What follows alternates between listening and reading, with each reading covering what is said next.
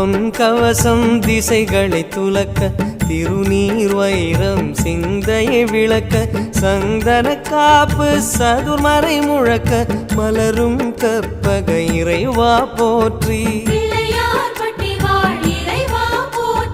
கலியுகம் காக்கும் கணபதி நாதா வலம்புரி நாதா அபயம் அபயம் அபயம் அருளும் இறைவா போற்றி